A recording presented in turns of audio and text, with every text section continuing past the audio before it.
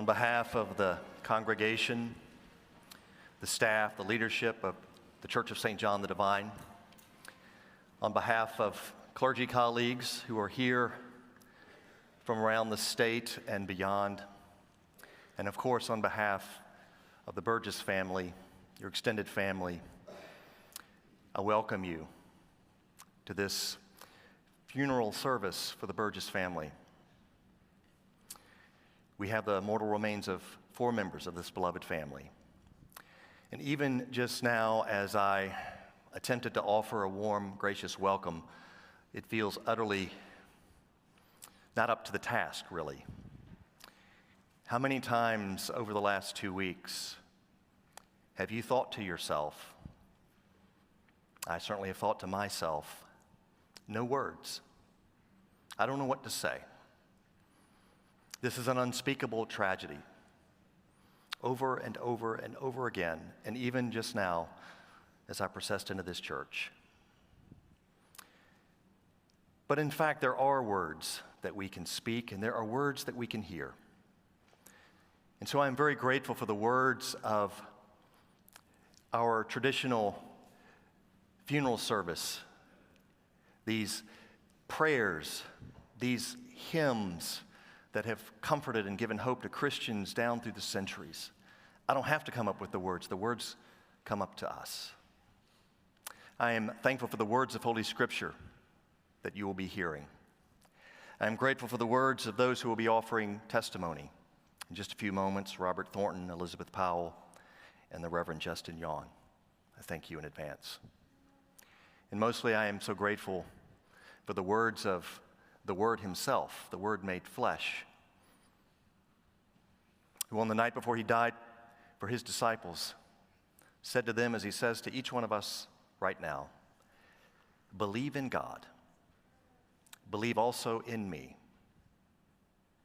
Where I am going, I'm not intending to be there alone. I will prepare a place for you, and when your time comes, you will be with me where I am, in the living presence of the living God our Father.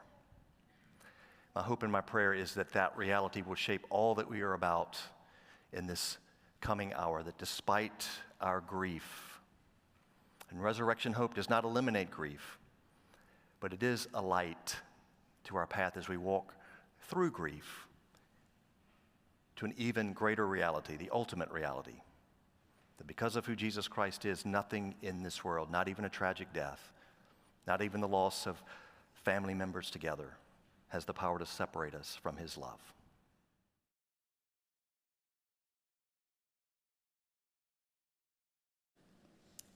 I have known Julia from her very first day. And believe it or not, at the age of 13, I remember that I stayed home and took care of John when Julia was being born. And now I'm trying to remember, did any other adult come and spend the night with us that night, or was it me and John? I think, John, it might have been the 2 of us that day.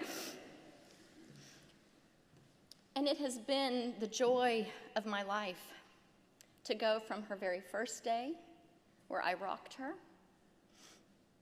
until her very last, when I was texting her to tell her, here's the dip I'm making for the 4th of July. Aren't you making it too?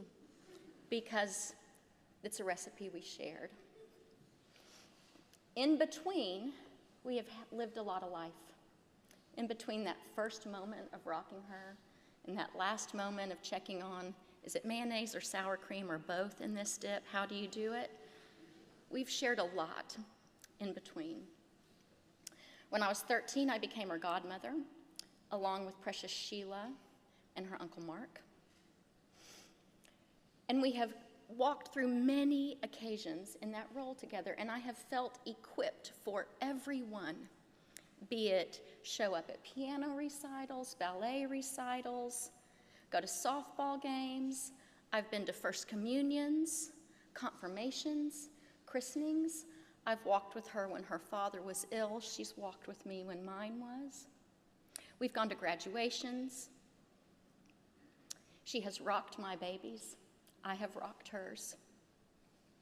She is the godmother of my daughter, who is the godmother of Jenna. And don't think for a minute, just because I named all of these church occasions, that that's the only kind of life we live together. It's really godmothery of me to mention those, but I want you also to know that we went to the movies and we went dancing. We went to listen to bars. We didn't listen to bars. We went to listen to music and we went to bars. And every moment of it has been a gift. It is all gift. There are some consistent chords that go from Julia's first day until her last, and surely you know some of them.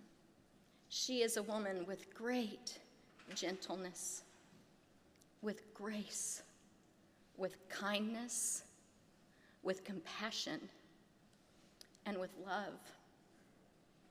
She is also a woman with a little spunk. Just enough spitfire to make things work.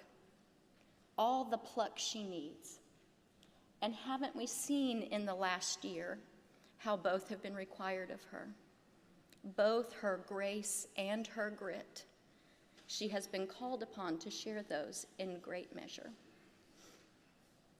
In my conversations with Julia and John in the last year, I have been sure every single time to say to them, I am so proud of you. What you are doing is hard, and you are doing it well, and you are doing it together, and I am so proud. And I feel that way today. I am so proud of Julia. I am so proud of John. I am so proud of Jack. I am so proud of James. And as much as I felt equipped for every single day I have shared with her until today, I do not feel equipped for this one. How could I possibly be ready? And what could I possibly say?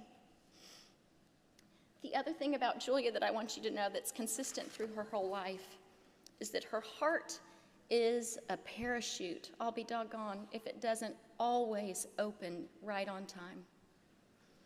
Whenever you need an open-hearted person around you, Julia's there, and her heart is open. And here is the quickest path to an open-hearted life, I think. It is to understand the courage that it takes to live a life, any life, and to recognize that courage in other people, and to recognize that courage in yourself. Julia lived a life that was open-hearted in every single moment of it. And what a blessing that is. I'm going to tell you a couple of other consistent things. Her pretend play as a child, there are two big themes to Julia's pretend play. One is school, the other is house, right? These are the two things. God bless John and Joseph if they ever thought they were going to get to be a teacher when they played school. They could not. They could not. That was Julia's job only. John taught her how to teach a conscientious, well-disciplined student, and Joseph taught her what to do with the wild buckaroo. And, and no doubt she practiced both so beautifully in her role as a teacher. And when she played house, she always dreamed that she would have a family. She always dreamed that she would make a safe and beautiful and loving home. She always dreamed that she would be a mother. And today, part of what I think is so many of Julia's dreams came true. So many of Julia's dreams came true in the life she built with John, in the life that they built together. And I am so grateful for that. And again, I'm so proud of her. I am so proud of her for who she was as a mother, for who she was as a wife, for who she was as a teacher, and for who she was as a friend, for who she was as a daughter and a sister and a niece and a cousin, and yes, as a goddaughter. I want to tell you about when I met John, which is a watermark in our life too. Believe it or not, I met John when my own Ella, my daughter, was 6 weeks old and we were moving. I don't recommend it. But we were moving and I had an infant and a 3-year-old, And it was the first time I met John, and guess what? I had him help unpack the kitchen. Welcome, John. I'm so glad to meet you. Can you put the spices away? He was in culinary school. It seemed like the right job, right? Like, this is what you do. I wish that I could tell you that that is the last time we unpacked a kitchen together. It is not. We had many opportunities to unpack a kitchen together. And we always rolled up our sleeves and got to work happily, so happily.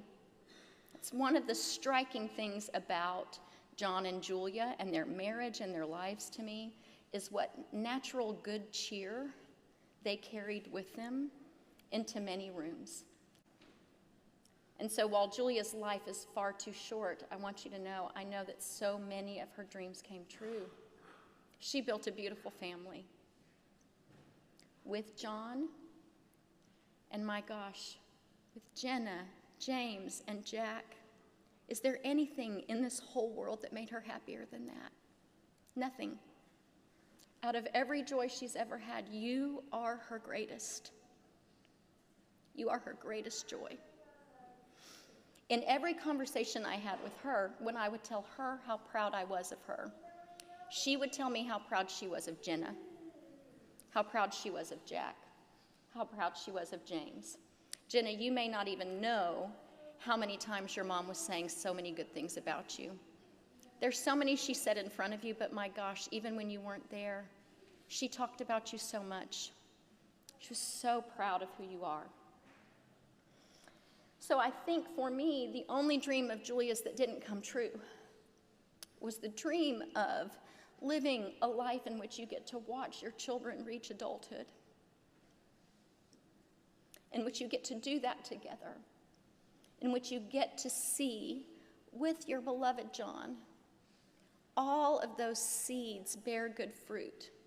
I know that was a dream too. And my gosh, how do we even speak of Jack and James? James, who one of his words is cars. Jack and James both love cars. The movie Cars, I understand for Jack also it's started to include monster trucks. For James, also Bluey. But in these last weeks, there is one thought that has been a real comfort to me that I want to share with you.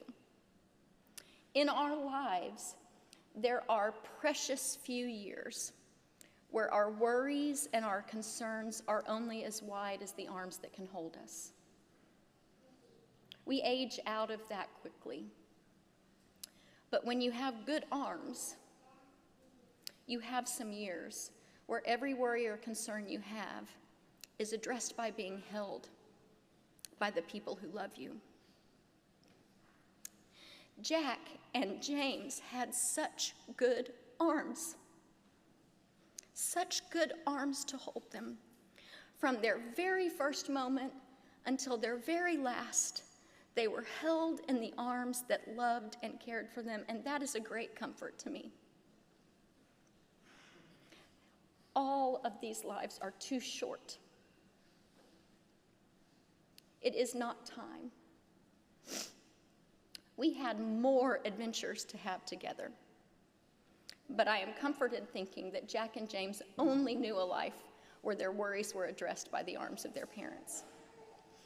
Julia and I did at one time, in a very kind of, it felt so far away conversation, talk about what it would be like when we were buried. And I asked her, I had a request, which is that, gosh, because I want you to know that my full expectation was that Julia would be speaking at my funeral. That is the natural order of things. And I asked her to be sure that I was buried in my comfiest pajamas. Don't make me wear dress-up clothes on my way to the great hereafter. Let me wear my comfiest pajamas. And we giggled about that because Julia and I share a love of sleeping in and not needing to get up and get ready fast. Julia and I took a lot of great trips together where we made a lot of great memories, made a lot of new friends, had a fabulous time. And it was not unusual for us to not be ready for the trip to be over. We didn't want it to end. But we would say to each other, but you know what? It's going to feel so good to go home and to sleep in our own bed. For my precious Julia, for John, for Jack, and for James, what a remarkable trip this has been. Haven't we made friends? Haven't we had adventures? Haven't we loved deeply? Hasn't it been grand? And today, what I say is, sleep peacefully in your own bed, where I know you have been welcomed.